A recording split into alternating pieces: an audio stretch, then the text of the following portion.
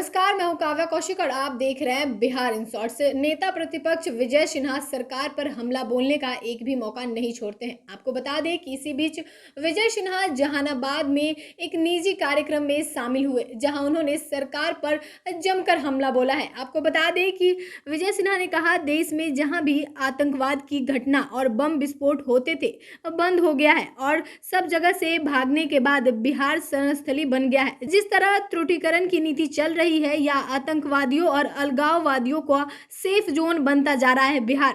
तो इस विषय पे नेता प्रतिपक्ष विजय सिन्हा क्या कुछ कह रहे हैं, पहले आप सुने। देखिए, पुलिस पदाधिकारी का मनोबल गिरा हुआ है। कप्तान बदलने से जब तक सैनिक का मनोबल गिरा रहेगा, युद्ध नहीं जीता जा सकता है। जब सरकार में अपराधी और भ्रष्टाचारियों की जमात बैठ गई है तो सारे अपराधी और भ्रष्टाचारी का मनोबल बढ़ गया है। इसलिए चाह करके ये रोक नहीं पाएंगे। हमने तो इनको कहा कि चोर दरवाजा रटने वाले उप मुख्यमंत्री तेजस्वी यादव जी आज चोर दरवाजा से सत्ता में क्यों प्रवेश किए हैं। 7 दल का गठबंधन है, अपार बहुमत की आपने कल्पना किए हैं। बिहार विधानसभा भंग कर करके आप चुनाव करा लीजिए और नया जनादेश प्राप्त करके सत्ता में आइए। जनता की भावना का प्रकटीकरण भी होगा। ऐसे तो प्रकटीकरण 3 उपचुनाव से हो चुका है कि जनता क्या चाहती है। इन लोगों का इकबाल समाप्त है। ये लॉ एंड ऑर्डर नहीं सुधार सकते हैं। जब तक अपराधी और भ्रष्टाचारी सत्ता में बैठे रहेंगे, लॉ एंड ऑर्डर नहीं सुधारेंगे। आरा भोजपुर के अंदर हम 2 बार 3 बार गए, कई हत्याएं आपने देखा कि कोइलवर में किस तरह से हजारों आम गोली चला, कई लोग डेथ किए। लेकिन सरकार जब दाबने का प्रयास करेगा, बीमारी को इलाज नहीं करेगा तो वो महामारी के रूप में फैलेगा। और जिस जंगल राज को मुख्यमंत्री नीतीश कुमार जी जनता राज कर रहे हैं, वो गुंडा राज में परिवर्तित हो गया है। और गुंडा राज का इलाज भारतीय जनता पार्टी ही कर सकती है, क्योंकि जंगल राज का भी इलाज भारतीय जनता पार्टी की है और इस गुंडा राज का भी इलाज भारतीय जनता पार्टी करेगी। जब गुंडों के हवाले बिहार को कर देंगे तो कब किसकी हत्या होगी और कब कौन असुरक्षित हो जाएगा, बड़ा कठिन है। सरकार के अंदर अपराधी और भ्रष्टाचारी की जमात को संरक्षित और सुरक्षित रखने का जब तक खेल चलेगा, ये वातावरण मैंने पहले भी कहा कि नहीं रुक सकता है। और मुख्यमंत्री नीतीश कुमार जी कुर्सी के लिए कितना समझौता करेंगे, अब तो ये डरे सहमे हैं कि कब मेरी कुर्सी छीन लेगा। इसके लिए पूरे तरह से जिम्मेवार नीतीश कुमार जी हैं, बिहार को इस वातावरण में लाने के लिए। ये गलत है।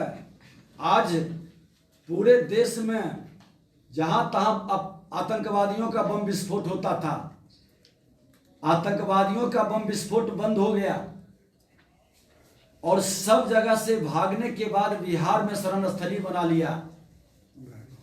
और बिहार में जिस तरह का वातावरण बन रहा है, केंद्र और राज्य सरकार मिलकर इस तरह के मानसिकता पर दबिश बढ़ा सकती है, अंकुश लगा सकती है। लेकिन तुष्टीकरण की राजनीति में लोगों को लगता है कि बिहार सबसे सेफ जोन है और कुछ लक्षण भी सरकार का इस तरह से प्रकटीकरण है। आपने देखा क्या इस सदन के अंदर राष्ट्रगान राष्ट्रगीत शुरू हुआ और राष्ट्रगीत को बंद कर देना। वोट की राजनीति के लिए इस तरह के तुष्टीकरण की मानसिकता का प्रकटीकरण किए हैं, दुखद और दुर्भाग्यपूर्ण है। बिहार की जनता इसकी जवाब देगी। और 100% प्रश्नों का आना, 80% सदन को चलाना, ये अध्यक्ष की जिम्मेवारी है, सरकार पक्ष की जिम्मेवारी है। लेकिन सरकार पक्ष के लोगों ने, हमने प्रतिपक्ष में के नेता तेजस्वी यादव जी को कितना सम्मान देते थे, प्रतिपक्ष की कितनी बात को सुनते थे। वह भारतीय जनता पार्टी का संस्कार था।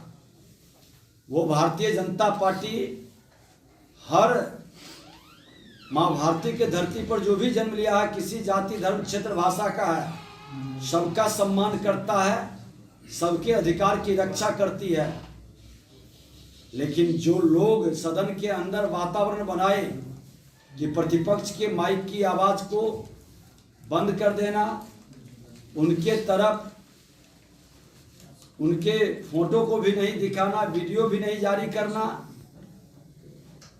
ये गलत है, लोकतंत्र के लिए दुर्भाग्यपूर्ण रहा और हमने इसका प्रतिवाद भी किया है। और हमने कहा है कि जैसा आप बोएंगे वैसा ही काटेंगे।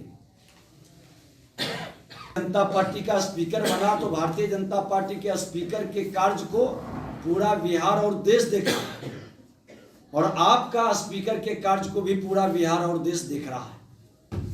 आपने नेता प्रतिपक्ष विजय सिन्हा को सुना, जिनका कहना है कि आतंकवाद के लिए बिहार जो है सेफ जोन बन गया है। उनका इस साथ में ये भी कहना है कि बीते दिन शीतकालीन सत्र में उन्हें बोलने के लिए माइक नहीं दिया जा रहा। जब वो अध्यक्ष थे तो ऐसा कुछ नहीं होता था, लेकिन उनके अध्यक्ष पद से हटते ही ये सारी कमियां सामने आने लगी है। तो फिलहाल के लिए खबर में इतना ही। चैनल को सब्सक्राइब करें, फेसबुक पेज को लाइक करें। वीडियो देखने के लिए आपका धन्यवाद।